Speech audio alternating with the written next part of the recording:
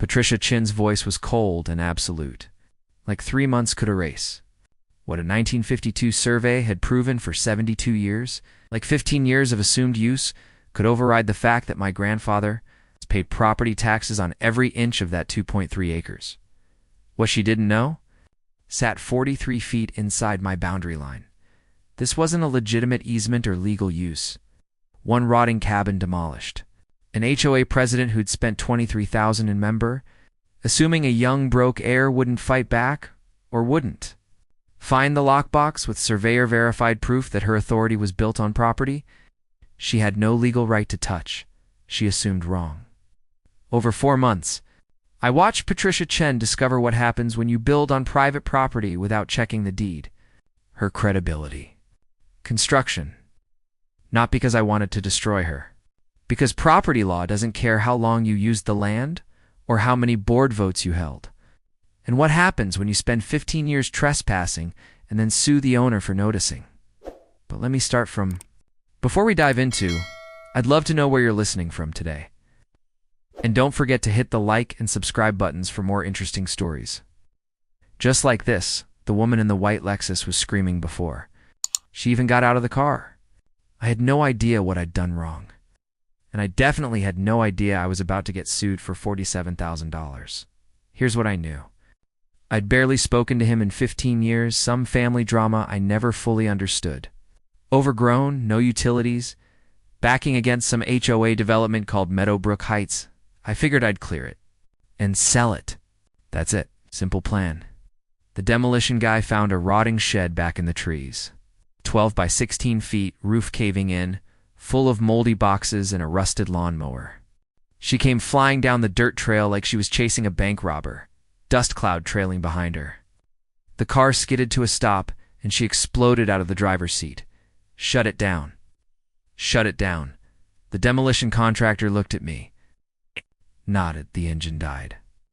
Sudden silence, except for Patricia's heavy breathing and birds somewhere in the trees. She was maybe 60. Silver hair, phone already out, snapping photos of the demolished shed like she was documenting a crime scene. Do you have any idea what you've done? She was right in my face. I could smell her perfume. Any idea at all? Clearing my property, I said. Kept my voice calm, even though my heart was hammering. This is my land. This cabin is community. Property. Your grandfather signed easement agreements. You inherited his obligations. 2 more cars pulled up. 3 people got out. Patricia waved them over. Document everything, she told them. Photos, video. Evidence? Evidence of what? I asked. This is our maintenance storage facility, Patricia said. She was president of the Meadowbrook Heights HOA had learned that in about 30 seconds. 15 years we've used this building. Your grandfather cooperated with us. She looked me up and down. Clearly you're not like him. One of her board members was circling the rubble with an iPad. Another pulled a piece of signage from the wreckage. Faded letters. Meadowbrook Maintenance. My stomach dropped hard. God. Oh no, what if she's right? I checked the county records, I said, but my voice sounded thin now. I have the deed. Ignorance isn't a defense. Patricia turned to the contractor. You should get a lawyer. You just destroyed private property. Marcus, nice guy, just trying to do his job, looked at me with wide eyes. We're calling an emergency board meeting Friday, Patricia said. You'll receive formal notification of damages. This is going to cost you. She climbed back into her Lexus. Her board members followed. They left in a convoy. Marcus waited until they disappeared. Alina, ... You want me to stop or keep going? I looked at the half-demolished shed. And my property, checking account, had maybe $1,200. 8 days. Finish it, I said quietly. It's my land. But my hands were shaking.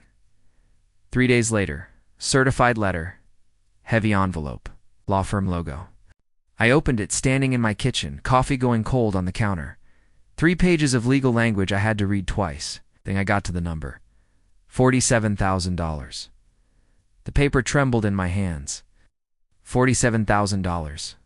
Community maintenance facility, trespassing, removal of HOA property, and restoration costs. I sat down hard. My rent was due in 2 weeks. My loan payment in 5 days. Were going to destroy me. Patricia Chen and her HOA board were going to financially bury me for clearing a rotting shed on my own property. I read the number again, $47,000. My hands went numb. That's when I remembered Pop's house, still full of his stuff in storage. The lawyer mentioned personal effects I needed to sort through. Maybe there was something there, some proof this easement existed, or proof it didn't. I stood up, legs unsteady. My phone buzzed rent, reminder notification. I silenced it, Patricia. Chen thought she could intimidate me into paying $47,000. She thought I'd fold, pay up, disappear. She had no idea what my grandfather left me, and she had no idea she'd just made a very, very expensive mistake. I had no money for a lawyer, but I had Pop's lockbox. I was about to find out exactly why he told me to never let them take what's mine. I had $1,200 and a $47,000 lawsuit. The math didn't work. 3 days of panic. Then the email. Meadowbrook Heights, HOA.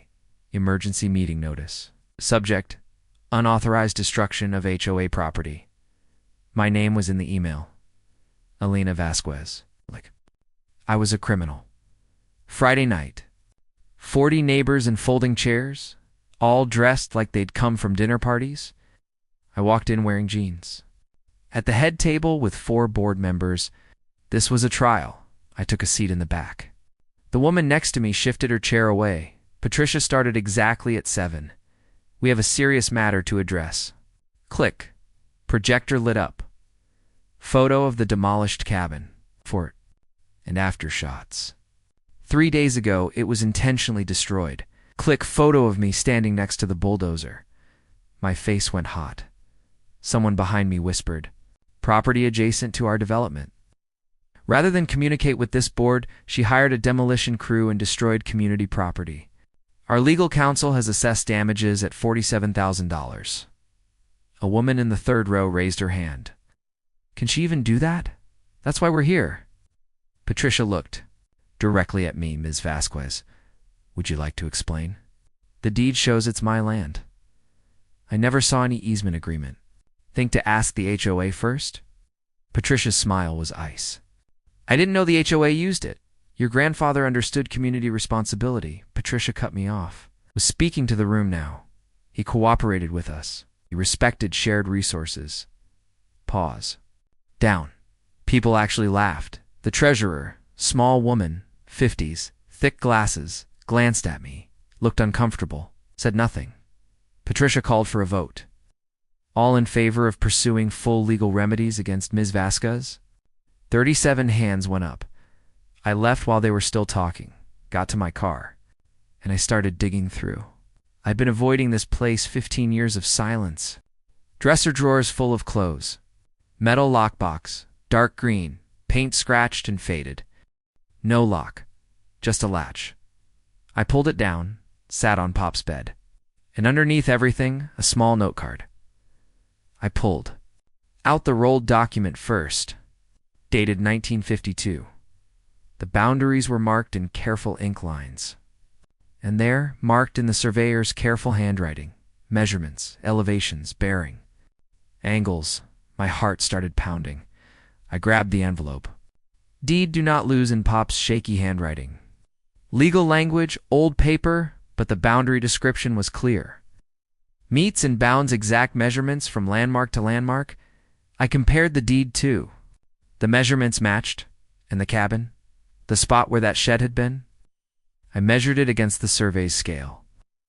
43 feet. Maybe more. 43 feet inside my property line. My hands went numb. I read it again, checked the measurements again. The iron pins, the bearing angles, the distances. The cabin wasn't on HOA land. It wasn't on an easement. Patricia Chen's community. Property had been sitting on my land for 15 years. Then I saw the note card at the bottom of the box. Never let them take what's yours. Pop, something broke inside my chest. Not broke, cracked open. I remembered Pop at his kitchen table when I was 10, showing me his property maps, explaining why. Boundaries mattered. This land is ours, Elena. Nobody can take it unless you let them. I'd thought he was just talking about family history. Stories old men tell. He wasn't. He knew. He'd known the whole time the HOA was using his land. And he'd left me these documents, the survey, the deed, the proof, because he knew someday I'd need them. Tears hit the note card. I wiped them away fast.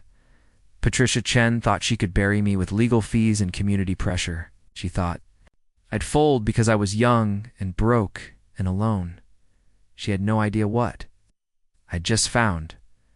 The survey showed iron pins marking the exact boundaries. Pins that were still in the ground, stamped with a 1952 surveyor's mark. Pins that would prove in any court exactly where my property line ran, in that cabin. That community maintenance facility Patricia was suing me over.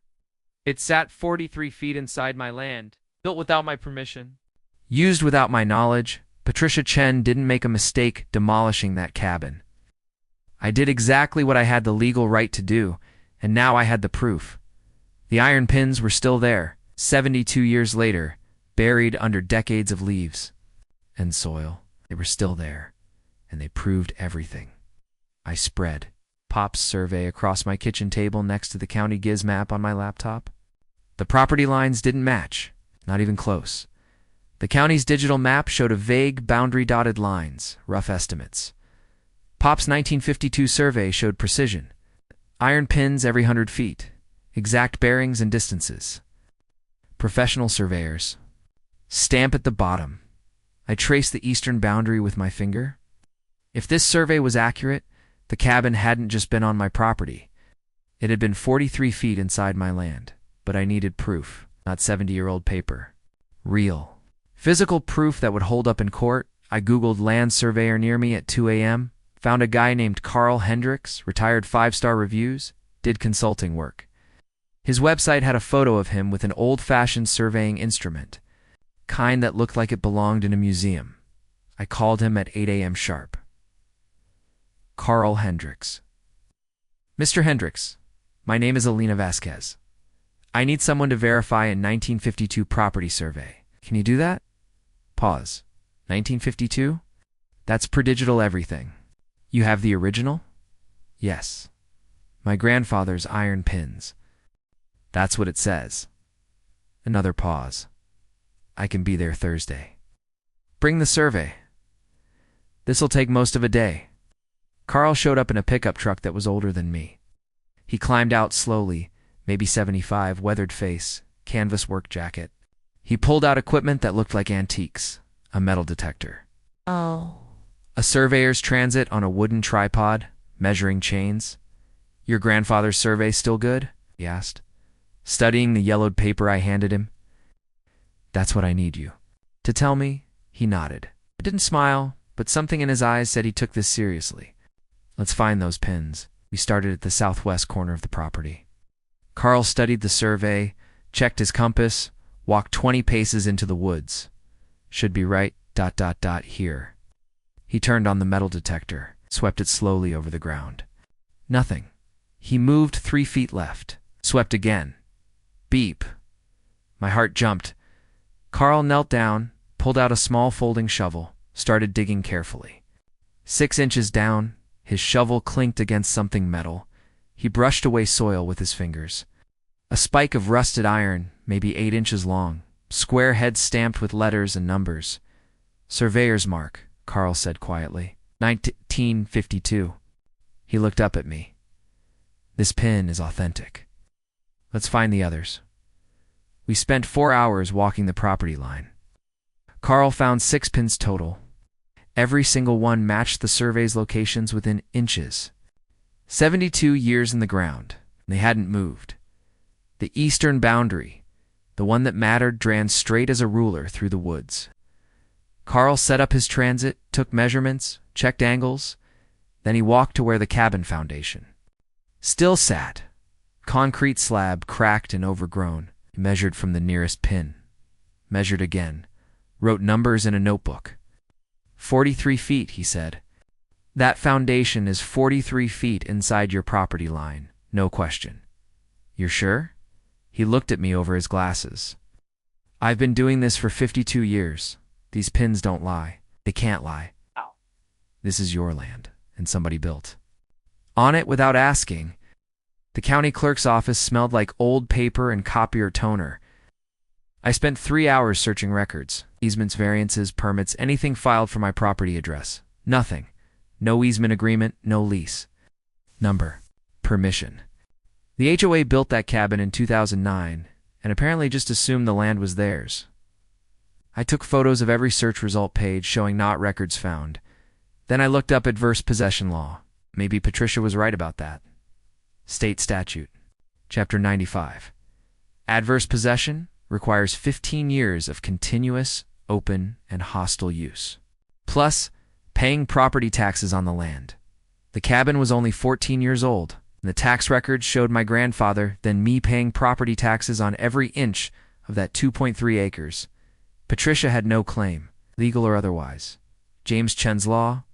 Office was above a dry cleaner in downtown. Small waiting room, legal books on shelves, coffee maker that looked like it survived the 90s. Ms. Vasquez. He was maybe 45, tie loosened, reading glasses perched on his head. Come in. I sat across from his desk, handed him the survey, Carl's verification report, county records, photos of the iron pins. He studied everything in silence. 5 minutes? 10 minutes? Where did you find this survey? He finally asked. My grandfather's lockbox. Carl Hendricks verified it. Every pin. 43 feet inside my property line. James leaned back in his chair. Okay, here's the situation. Patricia Chen is going to argue easement by prescription or adverse possession, but she needs 15 years continuous use in this state, and the cabin's only 14 years old. He tapped the county records. Plus, no easement was ever filed. They built on your land without permission. So I was legally allowed to tear it down? You had every right to remove a structure built on your property without your consent. He paused. That said, Patricia's going to fight this. She doesn't back down easy. I know I've faced her in court twice. What's your history with her? She filed an ethics complaint against me 3 years ago. Long story. It was dismissed, but she's persistent. He looked at the survey again. I can take your case. Sliding scale fees based on what you can afford. First thing we do is send a demand letter. Demanding what? That the HOA remove the foundation, restore your land, and cease all contact regarding this property. We include the survey, the verification report, everything. Show them we have proof. My hands were shaking again, not from fear this time. Let's do it. The certified letter went out Monday morning. 3 pages. Legal letterhead. Attachments. Showing the survey and Carl's report. Demand. Remove foundation within 30 days. Restore land to natural condition. Acknowledge trespass. Cease all threats. Patricia's response arrived Wednesday. Not a settlement offer, not an apology. Lawsuit. I opened the envelope standing in my apartment. The complaint was 12 pages. Long. New total. $85,000. She'd added prescriptive easement claims. Added unjust enrichment because apparently I'd benefited from the HOA's maintenance of the area. Added personal attacks in the legal narrative, entitled Millennial, destruction of community heritage, disrespect for established community standards. There was even a, quote, request for media coverage. Patricia had contacted the local news. Called James. She's doubling down, he said after I read him the complaint. This is what she does. Escalates until people fold. What do? We file a counterclaim. Trespass. Unauthorized construction. Demand for removal and damages. Pause, Elena, this is going to get ugly. She's going to make you the villain. Are you ready for that? I looked at Pop's note, still sitting on my kitchen counter. Never let them take what's yours. I'm ready, I said. Good, because we're about to show Patricia Chen exactly what happens when you build on someone else's land and then sue them for noticing.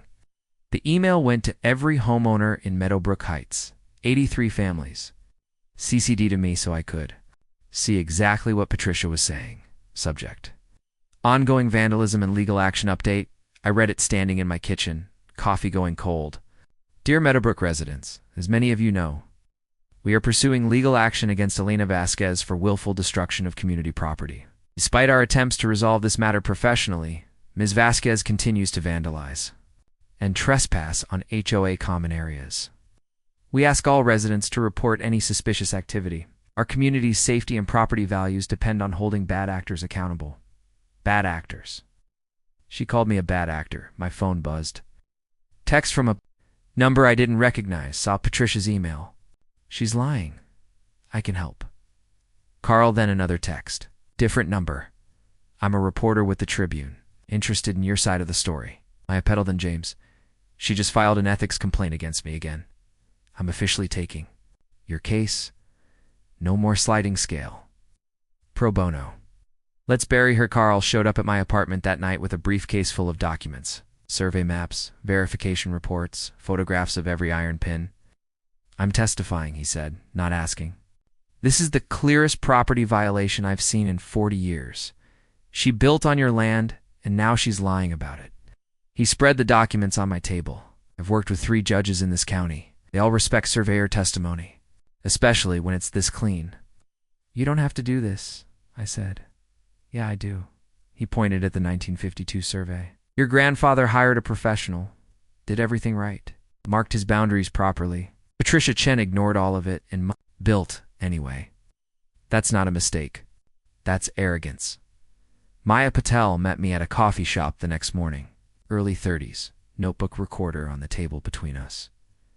Tell me everything, she said. I told her. Inheritance, the demolition, Patricia's lawsuit, the survey, the iron. Pins. She took notes, asked questions, recorded my answers. I see the survey, she asked.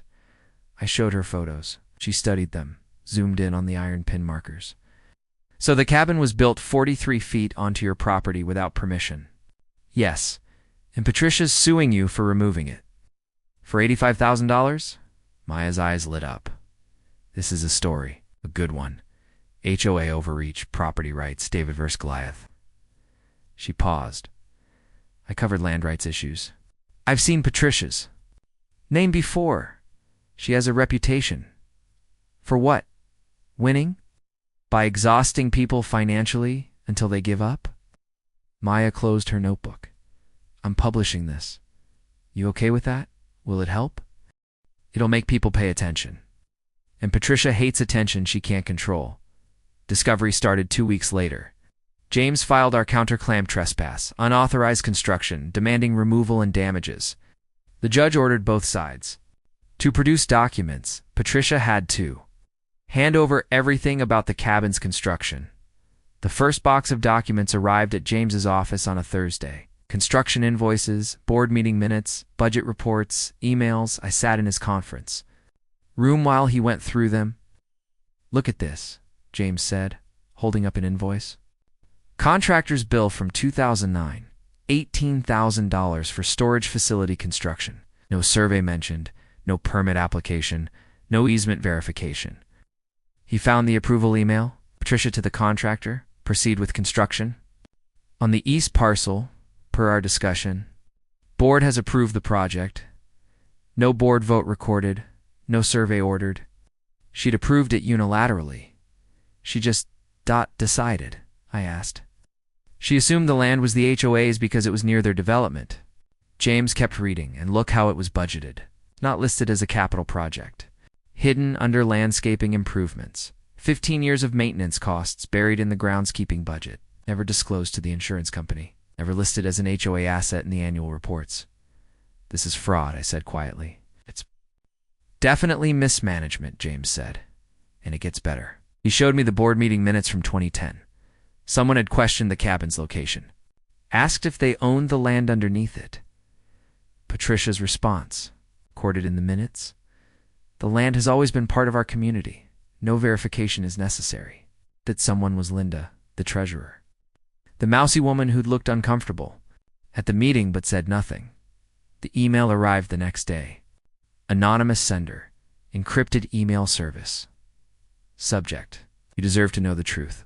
I opened it carefully, expecting more threats. Instead, scanned financial documents. 15 years of HOA budgets, treasurer's reports, construction invoices, and a note typed at the bottom. I tried to warn them in 2010. Patricia told me to stop making trouble. I stayed silent because I didn't want to lose my position. That was wrong. This is everything I have, Linda. The treasurer was leaking evidence. James called me 30 seconds after I forwarded it to him. This is gold, he said. This proves. Patricia knew there were questions about ownership and ignored them. This proves the financial mismanagement. This is exactly what we need. Patricia's deposition was scheduled for a Wednesday afternoon. James let me watch from the conference room via video feed. She wore a navy suit. Hair perfect. Sat straight in her chair like she was in control. James started gentle. Background questions. How long she'd been HOA president, what her duties were. Then, Ms. Chen, before construction of the cabin in 2009, did you verify that? The HOA owned the land. We didn't need to verify it. Land has always been part of our community. But did you check the property records? Order a survey? No, it wasn't necessary. Why not? Patricia shifted slightly. The parcel is adjacent to our development. It's been understood to be HOA land for decades. Understood by whom? The community? The board? Everyone. Did Mr. Vasquez-Ellen, his grandfather, ever give you permission to build on that land? Pause. We didn't ask his permission. Why not? Because we believed it was our land. Based on what evidence? Longer pause. It's near our development. We've used the area for years. It was a reasonable assumption. James leaned forward slightly. Miss Chen, did you know that the land is legally owned by the Vasquez family? That it appears on their deed and tax records? I know that now. We didn't know it in 2009. Did you make any effort to find out? Patricia's jaw tightened. We operated in good faith or willful ignorance. Her lawyer objected. The video feed cut for a moment, then resumed. But I'd heard enough. She'd admitted it. On the record, she never checked. She just assumed. Maya's article published Friday morning. Front page of the local news website. Local HOA built storage shed on private property, now sues owner for removing it. She'd included everything. The survey, Carl's verification, Patricia's deposition admission, the anonymous financial documents. She'd interviewed 3 property law experts who all said the same thing. I had every right to remove the cabin.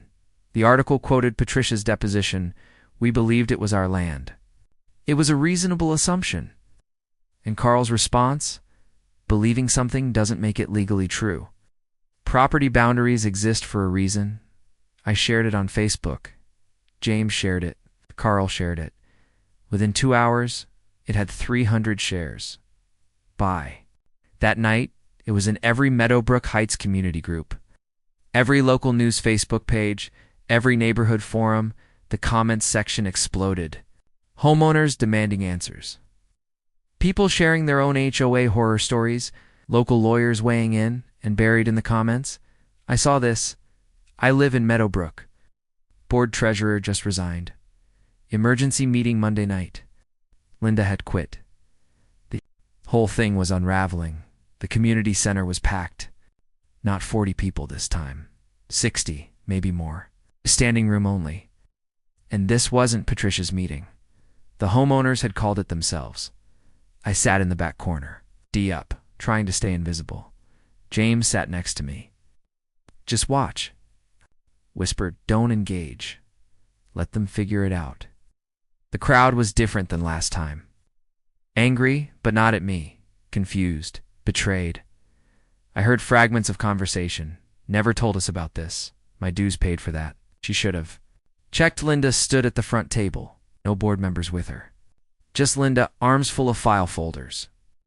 Looking terrified but determined. Alan, the retired engineer, late 60s, always wore flannel, stood up. Let's get started. Linda, you said you have information we need to see? Linda's hand shook as she opened the first folder. I've been treasurer for 12 years. I tried to do the right thing. I tried to ask questions. Her voice cracked. Tricia told me to stop making trouble. She held up a spreadsheet. The cabin was built in 2009 for $18,000. It came from our dues, listed as a landscaping project so no one would question it. Murmurs rippled through the room. Over 15 years, we spent $23,000 total on that structure. Maintenance, repairs, supplies. Linda's voice got stronger. All of it on a building that sat on someone else's property.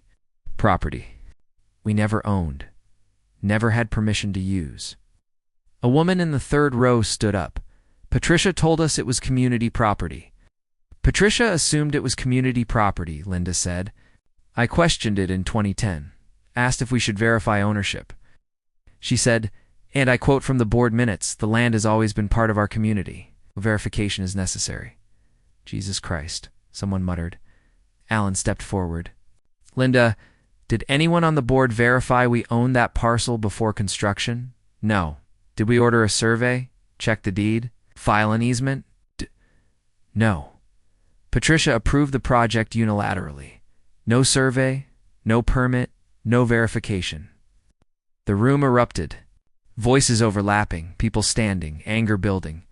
$23,000. Our money didn't even check a man near the front, father of two.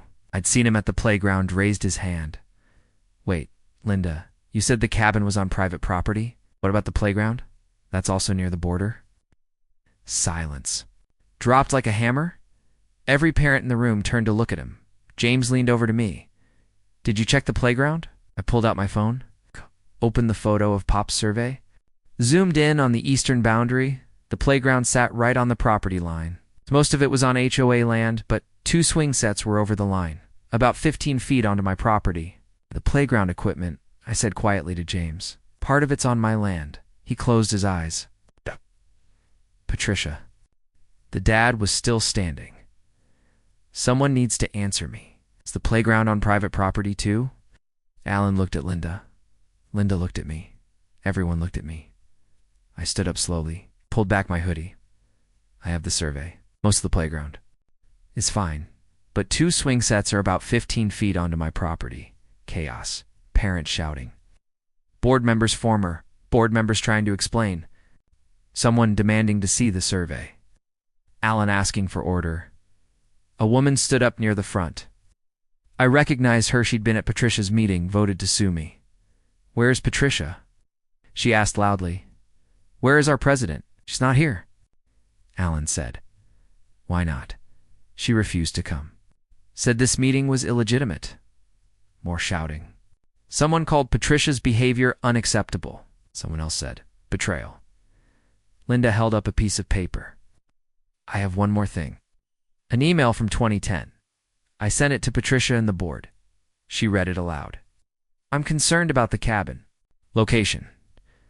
Should we verify the property line before proceeding with additional improvements? Linda Chen, Patricia's response. Linda, we've been over this. Stop making trouble. The community needs team players, not worriers. Linda's voice broke. I stayed quiet after that.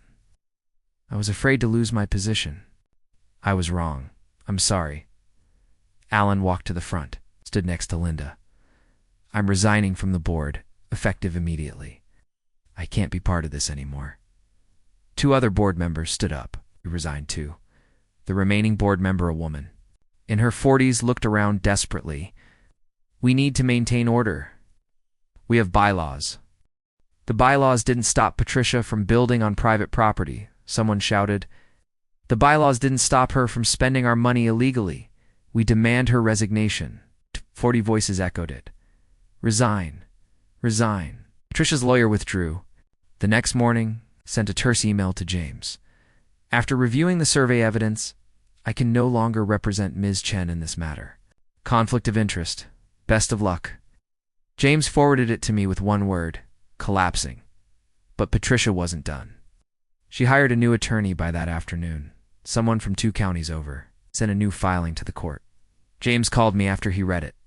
She's claiming community rights supersede technical property boundaries, arguing that 15 years of community use creates an equitable claim regardless of legal ownership. Can she do that? She can argue it. She'll lose, but she can argue. He paused. The judge set a summary judgment hearing for 3 weeks from now. Martin Morrison, former land surveyor before he went to law school. He does not tolerate property line games. Is that good for us? It's very good for us. Morrison's going to take one look at your survey and Carl's verification and end this. 3 weeks? 21 days until this was over, unless Patricia found a way to drag it out longer. But the HOA was fracturing. The community was turning, and her lawyer had already abandoned her once. The collapse had begun. Now I just had to wait for the final piece to fall. The county courthouse smelled like old wood and floor polish. Small building, 2 courtrooms. Built in the 1960s, Judge Morrison's nameplate sat on the bench brass, slightly tarnished. I sat at the plaintiff's table with James. My hands wouldn't stop shaking. Patricia sat across the aisle with her new lawyer. Navy suit, hair perfect, spine straight. She looked confident. Like she'd already won. Judge Morrison entered at exactly 9 a.m., 65, gray hair, reading glasses on a chain. He'd been a land surveyor for 20 years before law school. James had told me that 3 times. He knows property lines. He'll see through her bullshit immediately. I hoped he was right. Miss Chen, the judge said, settling into his chair. Your attorney may proceed. Patricia's lawyer stood. Young guy, maybe 30, suit too expensive for a county courthouse. He launched into his argument. Good faith improvement, community reliance, equitable claims. The HOA built this structure, believing in good faith that the land belonged to the community, he said. 15 years of open, continuous use. The community relied on this facility. Ms. Vasquez's destruction of it caused significant harm. He talked for 10 minutes. Cited case law about adverse possession, prescriptive easements, community benefit. Judge Morrison listened without expression. Then it was James's turn. He stood slowly, placed 3 documents on the judge's bench. Your Honor, I'd like to submit the 1952 original survey, the 2024 verification survey conducted by Carl Hendricks, and the county record search showing no easement was ever filed. The judge picked up the first document, studied it, picked up the second, compared them. 5 minutes of silence. You could hear people breathing in the gallery. Someone's phone buzzed. A woman coughed. Judge Morrison kept reading, flipped pages, traced lines with his finger. Finally, he looked up. Miss Patricia Chen, please stand. Patricia stood, confident, chin up. Did your HOA verify ownership of this land before construction in 2009? We believed the land was part of our community, Your Honor. That's not what I asked. Did you verify ownership? Order a survey? Check the deed? File for an easement? Pause. No, Your Honor. The land has always been understood to be part of our community.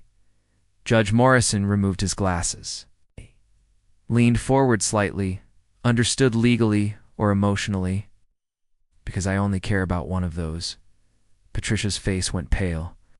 We operated in good faith. Good faith requires due diligence, Miss Chen. You can't build on land you assume is yours without checking if that assumption is correct. He tapped the survey. These iron pins have been in the ground since 1952. They mark the exact property boundaries. They're still there? Mr. Hendricks verified every single one. He picked up the county records. No easement filed. No lease agreement. No permit. No variance. Ow! You built a structure 43 feet onto private property without permission. Lawyer tried to interrupt. Your Honor, if I may, you may not. Judge Morrison put his glasses back on. I'm going to rule from the bench because this is one of the clearest property cases I've seen. My heart hammered so hard I thought everyone could hear it. The cabin was built through negligence, the judge said. The HOA's failure to verify ownership does not create a legal right. This constitutes trespass.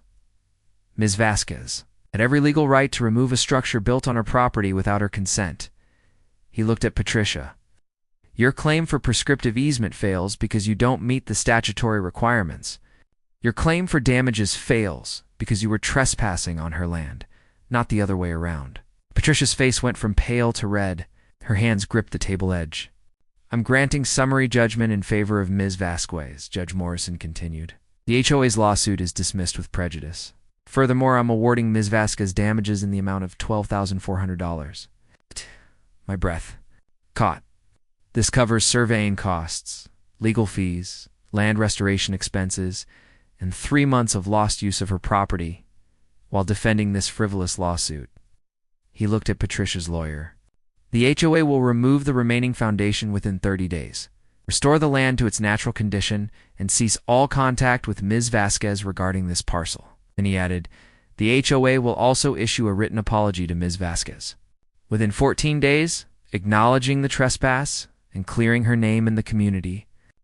Patricia made a sound, almost like a gasp. "No, ... Court said, "Yes, Ms. Chen." Judge Morrison signed the order. "This matter is concluded." He stood. Everyone stood. Ow. He left the courtroom. I stood there, shaking. James grabbed my arm. "You won?" "It's over." Patricia was still at her table, staring at nothing. Her lawyer was packing his briefcase quickly, avoiding eye contact with her. She turned and looked at me. Disbelief, then rage. Then something that looked like complete defeat. She walked out without a word. The emergency HOA board meeting happened 2 days later. I wasn't there, but Alan called me after. "We voted," he said. "What a 4-1 to accept the court's ruling and settle immediately."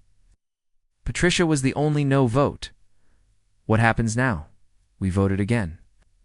4-1 to remove Patricia as president, effective immediately. How'd she take it? She stormed out, threatened to sue the entire board, the HOA, you, the judge, everyone. He sighed. "She's done, Alina. It's over." It was over $40,000 lawsuit. It's an $85,000 lawsuit. It's 3 months of fear and panic and sleepless nights. Over, I sat down on my apartment floor and cried. Not from sadness, from relief so overwhelming I couldn't stand. Patricia Chen had tried to bury me. Instead, she'd buried herself. Patricia resigned 3 days after the hearing, not voluntarily. The board gave her a choice: resign or face a recall vote. She resigned. Alan became interim president. First thing he did was call me Alina on behalf of Meadowbrook Heights. "I'm sorry. We're cutting you a check today. $12,400. And we're issuing a public apology." The apology went out to every homeowner, posted on the HOA website, sent to the local paper. The Meadowbrook Heights HOA acknowledges that a maintenance structure was built on private property belonging to Alina Vasquez without permission or legal authority. We apologize for the trespass, for the legal action taken against Ms. Vasquez, and for any damage to her reputation. Ms. Vasquez acted within her legal rights. The fault lies entirely with our previous leadership. It felt good to read. Better than I expected. The check arrived 2 days later. I deposited it, paid off my demolition contractor, paid James's remaining fees, and put the rest toward my student loans. For the first time in 3 months, I could breathe. The HOA removed the foundation in early November. I watched from the edge of my property as a crew jackhammered the concrete, loaded it into trucks, hauled it away. They brought in topsoil, graded the area, planted native species wildflowers, small shrubs, ground cover. Alan supervised personally. "We want to make this right," he said when he saw me watching. "Your grandfather's land should look like your grandfather's land. By Thanksgiving, couldn't tell the cabin had ever been there. I kept the property wild. It's no development, no clearing beyond what was already done. But I built something small. A trail. Just a walking path through the woods, following the eastern boundary where Pop's iron pins still sat in the ground. I marked each pin with a small cairn of stones. 7 markers total. A memorial to boundaries that mattered. 6 months. Later, I got an invitation to an HOA meeting. Not a summons this time. Invitation. The community had adopted new bylaws. Alan walked me through them. Before any construction project on or near property boundaries, we're required to hire a licensed surveyor. Verify ownership. File proper. Easements if needed. Get written permission from affected property owners. He smiled. We're calling it the Vasquez Protocol. I didn't know what to say to that. And we moved the playground, he added. The 2 swing sets that were on your land. We relocated the entire playground to the center of our common area. Surveyed it first. Everything's legal now. Linda had been elected as the new treasurer. Not interim. Elected by unanimous vote. She'd implemented transparent budgeting. Every expenditure over $500 required board approval and was posted publicly. Monthly financial reports sent to all homeowners. I should have spoken up sooner, she told me at that meeting. I'm sorry I didn't. You spoke up when it mattered, I said. A full financial audit had revealed more problems Patricia had approved. 3 other projects without proper verification. None as bad as the cabin, but all skirting the rules. The new board was reviewing everything, fixing what needed fixing. The community was healing. Slowly, but healing. I visited Pop's grave on a Saturday in April. Small cemetery on the edge of town. Oak trees spreading shade across the headstones. Brought flowers. Sat on the grass next to his marker. You were right, Pop, I said quietly. Never let them take what's yours. Patricia, the lawsuit, the survey, the iron pins he'd placed 70 years ago. The courtroom. The victory, the apology. You left me that land as a test, didn't you? I said, you knew someone would try to take it. You knew I'd need to be strong. The wind moved through the oak branches. Birds somewhere in the distance? I understand now. It wasn't about the land. It was about knowing my worth, standing firm. Not backing down when people try to make you feel small. Traced his name on the headstone.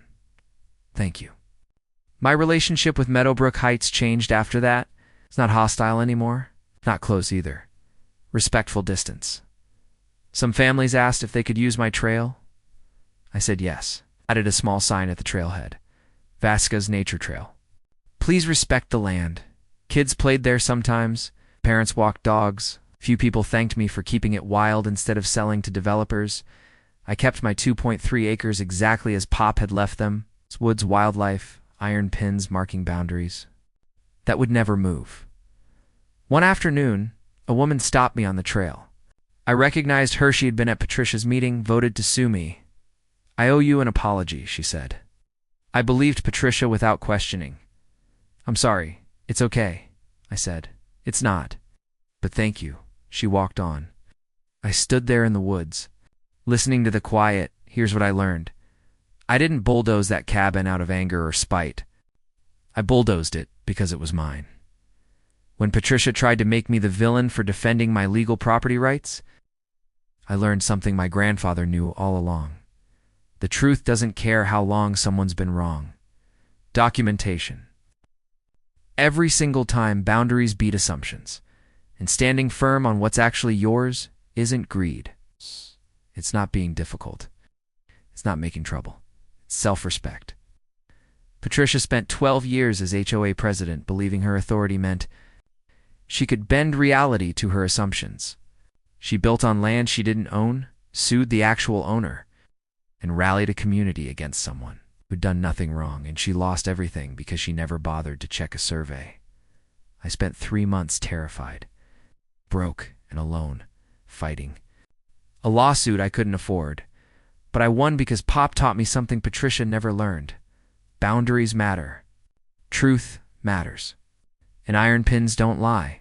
My property sits quiet now, wild and protected. The trail winds through trees that have stood for decades. The iron pins mark lines that won't move. And somewhere, I think Pop is smiling, because I never let them take what was mine.